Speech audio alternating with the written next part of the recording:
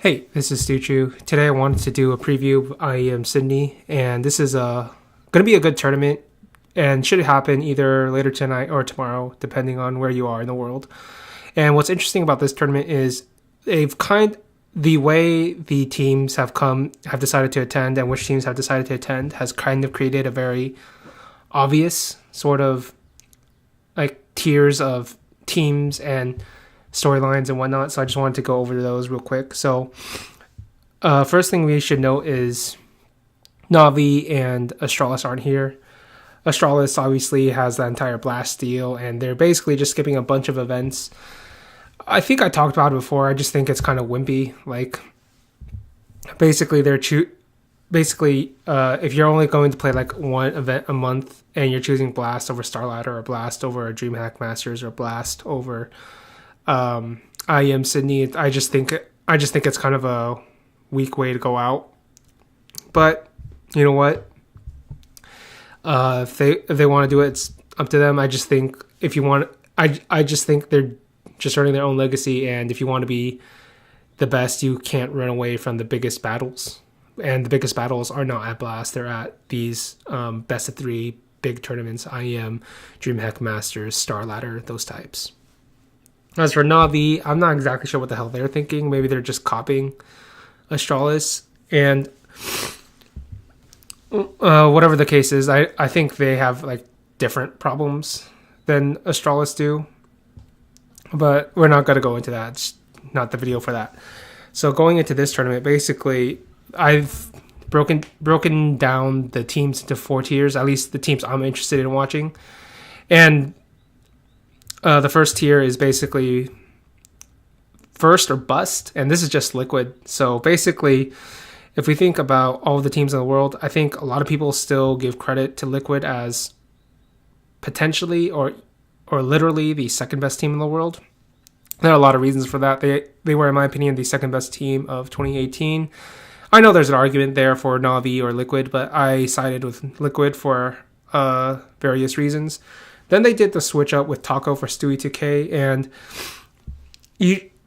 and just the way the mind works and the way people view squads and teams, that they never really took away the title of second best from Liquid going from 2018 to 2019, despite the fact that they did do a fundamentally radical change by taking out Taco and Zeus, or not taking out, but like Taco and Zeus leaving, and then Adren and Stewie 2K coming in. Since then, they got a top 8 at IEM Katowice Major, lost to Ents. Ents, pretty fucking good team. Probably top 4 at this point, at least. And then you have their 2 Blast Pro Series finals, lost to Astralis, I think they lost to Astralis. Feels likely. And then they also lost to FaZe. And what's strange about this Liquid team is basically, if you look at those 3 tournaments, they're all just best of 1 series. Not best of 1 series, but like majority best of 1 games. So IEM Katowice had a bunch of best of 1s until you got to like the elimination stage of the group stage and then the playoffs. So basically, Liquid only played 2 best of 3s there. And then you go to the Blast series, the only best of 3s are the finals. They lost both the finals. And the reason I'm bringing this up is we don't actually know we don't have a very large sample size of Liquid and best of 3 games, because I think CS:GO is like, the more I've watched it, the more I think your skill and your ability is only tested in best of 3s or more. And the reason I think that is because I think there's a lot. I don't want to say variance, but there's basically a lot more you have to test on, like consistency, adaptation, mental strength, and I think strategy. I think strategy is incredible. I think strategy becomes way more important. It becomes way more important in a best of 3 or more, and way less important in a best of 1. Because I think in a best of 1, like because the amount of variance you need to hit is lower. As in, like, all right, I'll put it this way: like, let's say Henny is a really streaky opper. Henny, the Brazilian opper, and back in the day, like, he was always good for just like one map. And so if you got him into a best of one scenario and you got him on the right map in a best of one, he could upset a bunch of better teams. But the problem with that scenario is, like, if you put him in a best of three, all of a sudden, strategically speaking, he's no longer an obvious win condition for your team. He might be one of the win conditions, but he can't just like auto win your team. Not auto win, but like push your team forward off of like one great map performance, because Henny was never the type of player to get like more than one great map performance off. That was kind of his weakness, right? And so I don't actually know what Liquid's consistent base is when you're talking about best of threes, because if we're talking about best of threes, they basically won three at this point on LAN. They won their one series against Na'Vi, pretty dominant in the group stage of IEM Katowice.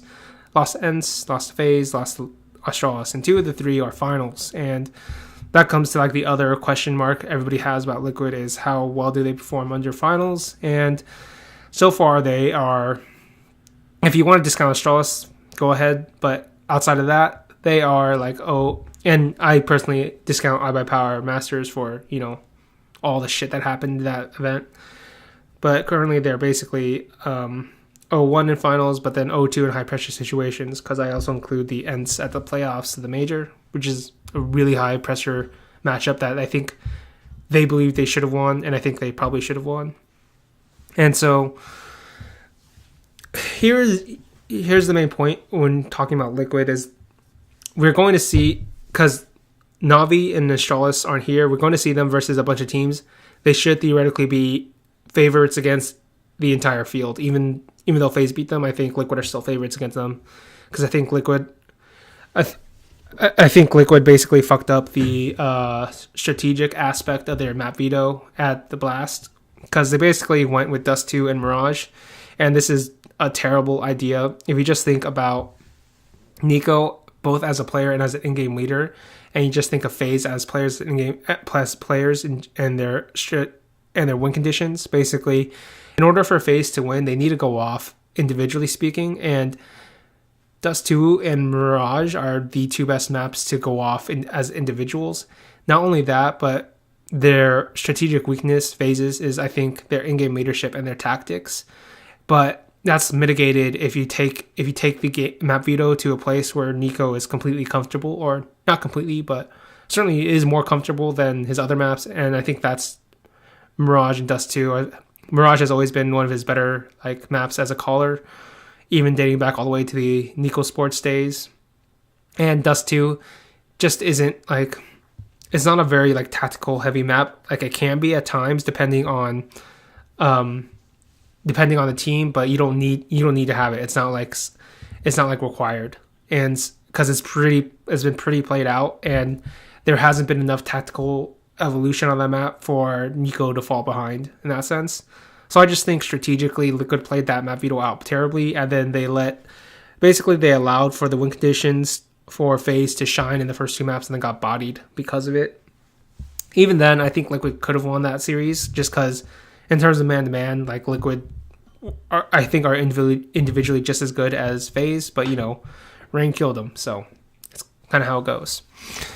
And so for Liquid, there are three things I want to look out for. I already talked about two of them: high pressure matches, the level of consistency across the board, and because we don't really have a very good sample size of this Stewie 2K squad compared to the old Taco squad. So I want to see how they actually fare against all these lower teams in best of threes.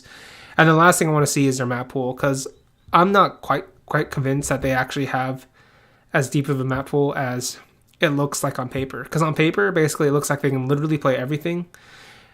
In reality, they don't play Train, right? I think they lean heavily towards Overpass and Dust2. I think those are their two best maps so far. And I still don't know if they're actually still like the second best team on Inferno, if they're still one of the better teams on Mirage, if they're still a good cash team, if they're still, all that stuff. If they can even play Nuke, I'm not certain about that. So I think this will reveal a lot more about this team than any of the other lands. Right. The next tier is basically is three teams. Basically, three teams who think they should be in the finals, and they are FaZe, Fnatic, and Renegades. And FaZe obviously should think they should be in the finals just because they just won Blast, in terms of raw individual skill, the only team that can match up to them is FaZe at this tournament. I mean, not FaZe. It's Liquid at this tournament. The questionable thing for me is I think it's pretty obvious going into this tournament that most teams should not let FaZe get into Dust 2 and Mirage. Should basically try to deny FaZe these individual duels and whatnot. But like the problem is like a bunch of these teams play into that style. So because of that, like when I mean a bunch of teams, I just mean like the teams I think are within that caliber of playoff contender mainly. So like Fnatic plays into that style, NIP plays into that style, Energy might play into that style. We've already seen Liquid play into that. So very I think because of that, I think FaZe have a pretty good chance of going deep in this one. But it really depends on how they've evolved as a team, because I don't like just the way their win conditions work. It's so dependent on their players, and right now they really only have like 3 players they can rely on, because Olaf Meister has been bad. Like Adren is okay at times, but he isn't going to carry a map with the positions he's been given. So really it falls on Nico, Rain, and Guardian. And Nico's going to be there, so it's really Nico plus one of the other two. If Rain goes off as he did at Blast, then that's great. But if you're looking at the variance, or not variance, but like the overall performance of Rain, like that, it's been months since I saw that version of Rain, so I can't say for certain he's going to be that level again. And Guardian's pretty on and off recently, so it's going to come down a lot to their firepower on the day. And FaZe has been quite iffy in the last few tournaments outside of Blast. Go to Fnatic. I think Fnatic have a similar problem to FaZe, except the lower ceiling. So Crims, in their case, is their like version of Nico, like always consistent, always going to get you numbers, always going to get you impact, always going to be a threat on the board. Outside of that, when you look at their run at Star Ladder, a lot of it was predicated on like JW being an incredibly good secondary star, very good wildcard player. I don't think that's going to happen. I think JW functions best as your third or fourth star, as your third or fourth as basically your third or fourth win condition that puts you over the edge against better teams. And so it really comes down for Fnatic either to Broland or Twist to step up as the secondary star, and I don't think Twist is that type of player, so I guess it's going to come down to Broland, and Broland's pretty young. So just like FaZe, I think Fnatic have a pretty good ceiling, but I think they have a much wider like range of places where they can fall. Like I could see them losing in the round of 8. I could see them getting to the finals. On a very good day, if they play against Liquid or something, like maybe they could win the finals, but like it's pretty up in the air for Fnatic. And the other thing you have to consider is, I think the exist factor is still there. I think it'll always be there. I think it's just something you have to accept if you want him as your in-game leader. Like sometimes you're just going to get shit map vetoes, and then you're going to suffer for it.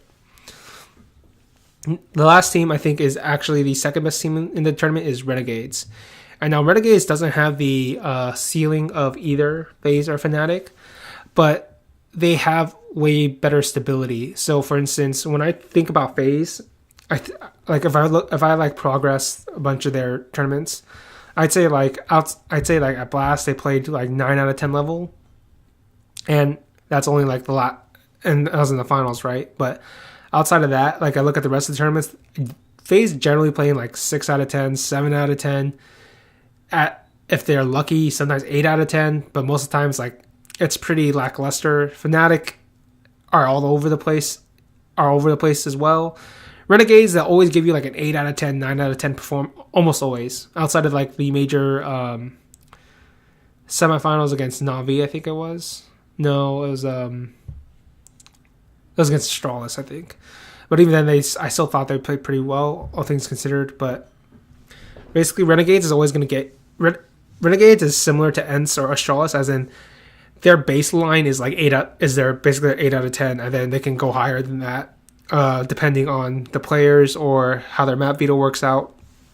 And what's great about Renegades is, I think their win conditions are way less volatile compared to FaZe or Fnatic, because they play way more team Counter-Strike oriented. They're way more similar or closer to ENCE and Astralis on like the team play, a tactics scale, than they are to the individual playing scale of FaZe and Fnatic.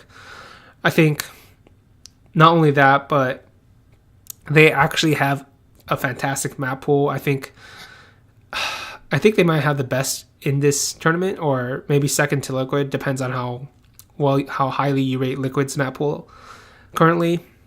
And so because of that, and because I think JKS is like knocking on the door as a top 5 player in the world at this point, you get those 3 factors combined.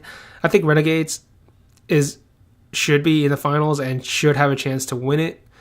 The only question I have, and I still have, is how well do they perform under the high pressure situations.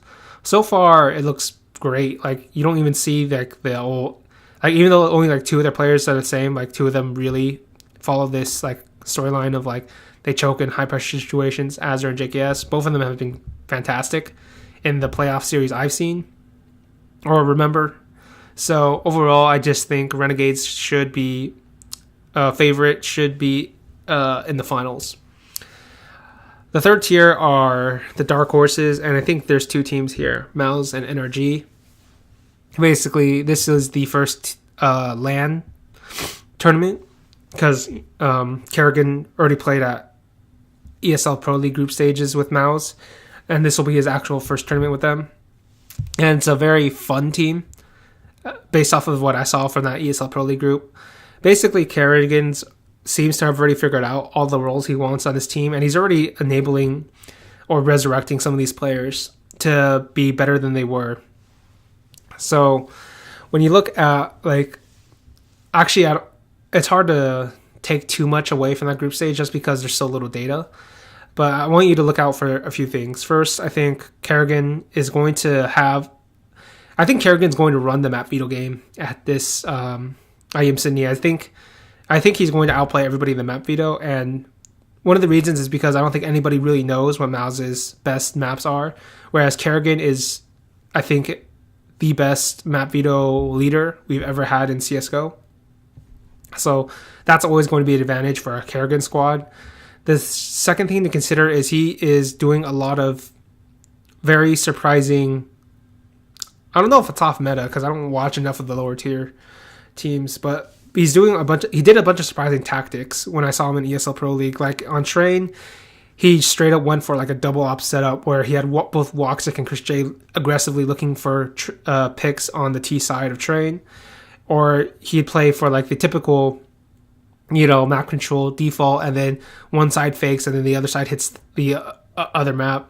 But what was interesting was he had his like lurker be the opper, so it could have been Woxic. Yeah, it was Woxic.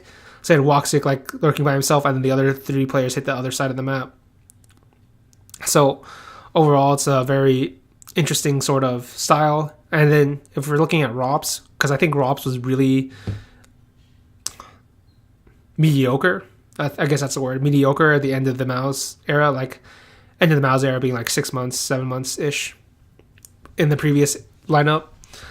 He's kind of resurrected him back. Like, I saw a lot of good things from ROPS, and I credit Kerrigan a little bit, because in like Mirage T side, for instance, like the problem with the ROPS in the old MOUZ lineup was they were way too passive.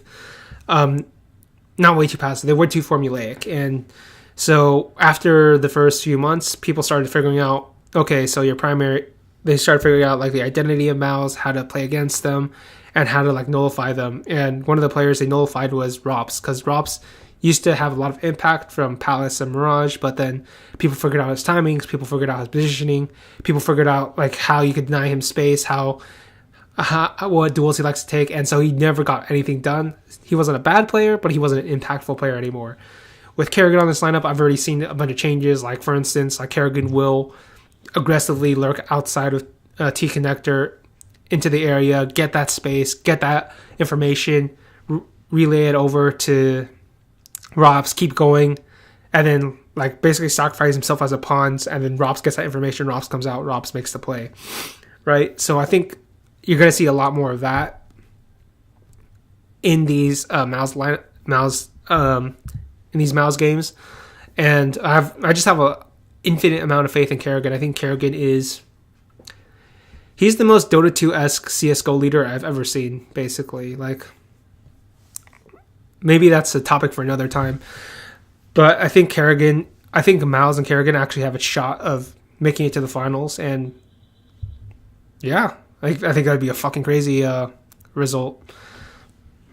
So I think Miles will probably end up in at least top 8. And then everything above that is probably just gravy, because I think I wrote about this, but basically this team has a lot of weird what ifs for Kerrigan, as in, like, if you look at the teams he's run in the past, like I think his masterpiece is technically the first phase lineup he got with AZ, Jacob, Kiyoshima, Alu, all those guys, right? I think that was his technical masterpiece, because I don't think anybody was ever going to figure out that lineup except for Kerrigan, and then he made them way better than they were. And then I think this one might end up going down as a second or third, depending, I guess, on how you rate his other phase lineups and how you rate his time in TSM/Astralis. And the reason I think that is because basically you have a guy you need to resurrect in Robs, and then you have 2 young players in Frozen and Woxic. And so if he does well with that, then this is like a new dimension to his like leadership that we haven't seen before. And I also think what's interesting is I think he uses Chris J better than Chris J was able to use himself as a leader. And I think it's less of a function of Kerrigan being a better leader than Chris J, and more of a function of what pieces they have, and Kerrigan as the leader and Chris J not leading. So kind of an interesting setup, but we'll see how all that plays out. The other dark horse I want to point out is NRG. And I think NRG is very similar to Liquid for me in the sense that I don't have a very good sense for where this team is at, but I think in terms of raw firepower, they are right up there. I think the only teams I'd say have better firepower than them is probably FaZe, Liquid. Yeah, I think only FaZe and Liquid, realistically speaking, but maybe Fnatic. And when you look at this NRG lineup, really the only individual player that's kind of lacking is Daps, but it shouldn't matter. Like, it really shouldn't. Like, you don't need that much firepower to win tournaments. You don't need that much firepower to you don't need that much firepower to go deep. And they already have so many good players. Like, I think Breezy, Ethan, Cirque, and Tarek is way more than the requisite amount of firepower they need to be a top X team, like top 5 team maybe. But when I saw them at Star Ladder, I feel like this was a team that was still searching for its identity. They still haven't figured out if they want to be like a more structured tactical team as Energy was closer to the past, or if they want to be more of like a loose, freewheeling NA style team as Energy was in like some of the later iterations, some of the later months of the Energy lineup, or what we've seen so far in this new Energy lineup. I want to see which way they choose there. I also want to see how they want to configure their firepower. And what I mean by that is, like, so far they've played mostly around Breezy and Ethan, but maybe they want to play around Tarek, or maybe they want to play around Cirque for very specific maps. Like, this is something like G2 has kind of tried to do with their lineup and map pool. So I still haven't figured out exactly. I don't think NRG did at the time figure out exactly how they want to play out their team, how they want to play out their identity. But what's interesting is they have played I think they played straight up every map at Star Ladder, which kind of shows that in terms of like the pure base of the team, it's pretty good. So it's going to come down a lot to, I think, what Daps and what Amapet, what they figured out in the meantime between then and now, and how they want to move forward. But I think even if they didn't grow that much, they should still be like a top 8 to top 4 team. And like Liquid, they do have pressure playoff issues, particularly Cirque, and then some of the younger stars, Breezy and Ethan. So that's something I want to watch out for in this particular playoffs. last tier is basically teams I think you should give up hope on. Just basically MIBR and NIP. And the reason I think you should give up hope is because I don't think they've shown me anything to make me believe. So MIBR. Maybe I should do a video about this, but basically, if you're a Dota 2 fan, there's this very funny saying that's happened for the last, I don't know if you want to call it a funny saying, but basically, there's this very common reaction that happened every time Alliance got some kind of upset victory or did something good.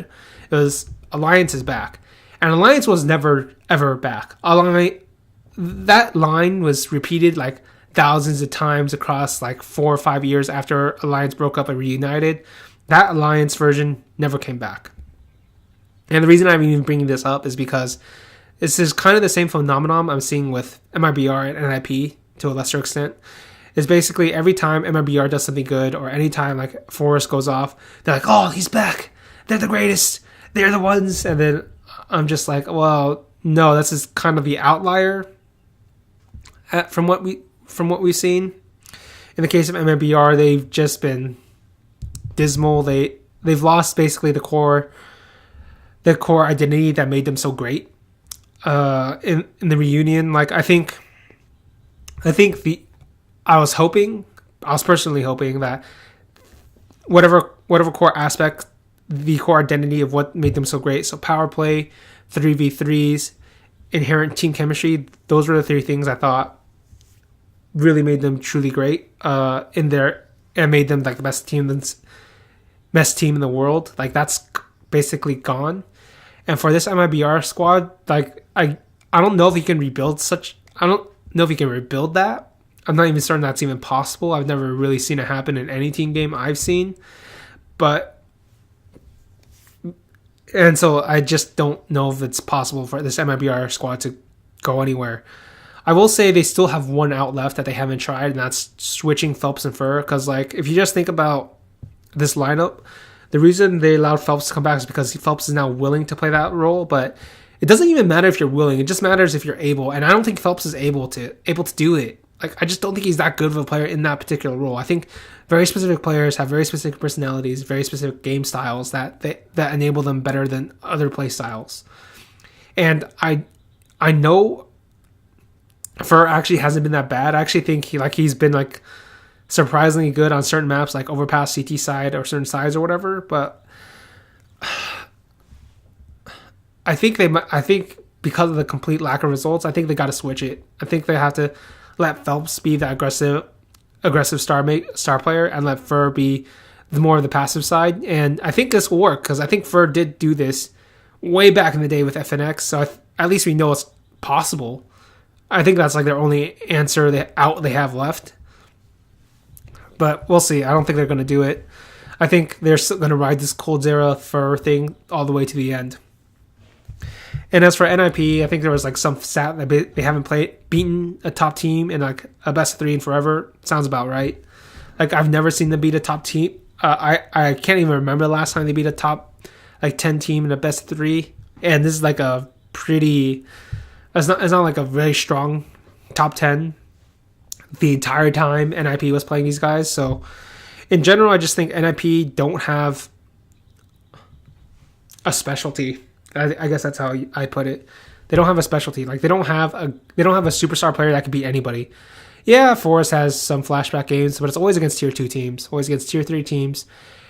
Maybe one game against a good top X team, but never a series, never a best of 3. Okay, so you don't have the best guy in the server, not really. Your firepower is pretty good, but it's not fully realized. Like I don't think Get Right's like ever been that great in this lineup. Dennis is, really bad in this lineup. Lekro has been falling off. Rez is pretty good, actually.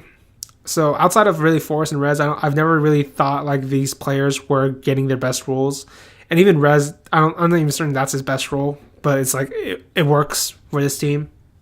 If you're talking about tactics, like they're really formulaic. NIP, it's like they just default until that stops working, and then when that stops working, they do a set play, and then when the set play stops working, they revert back. They don't really have like like their executes aren't so scary that you have to be afraid of them. Their defaults aren't so scary you have to be afraid of them. They aren't able to order. They aren't able to order map rounds in such a way that you can psychologically manipulate how things go. Like, for instance, like when Big played against Astralis in the overtime on Inferno in the ESL Pro League, like Gabi psychologically manipulated like Astralis twice. Like, basically by not taking Banana in the first 2 OT rounds, he kind of convinced Astralis to not play 3B in the third OT round.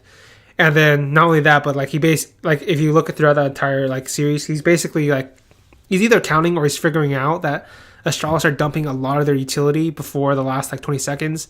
And so if you see in the OT second round, like in order to take A, they basically let Astralis use up all their utility, and then at the end of the round they have a bunch of smokes, and then they have a molly and 2 flashes and like 5 flashes, I guess, for Pit.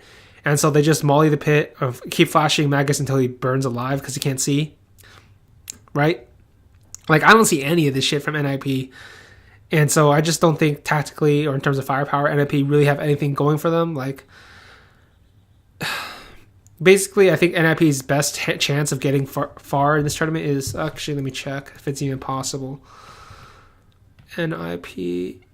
No, it's not possible. Basically, I think the only way they could have gone far in this tournament was if they had like a run-in with like Fnatic, maybe, because I think those those regional matchups have a higher degree of variance compared to the international ones. But since that's not happening, I just don't see NIP going very far in this tournament. Like, once they run into a good team, I think they're done. Assuming it's best of 3. They're still pretty good in best of 1. All right, I think that's about it for this video. See you guys later.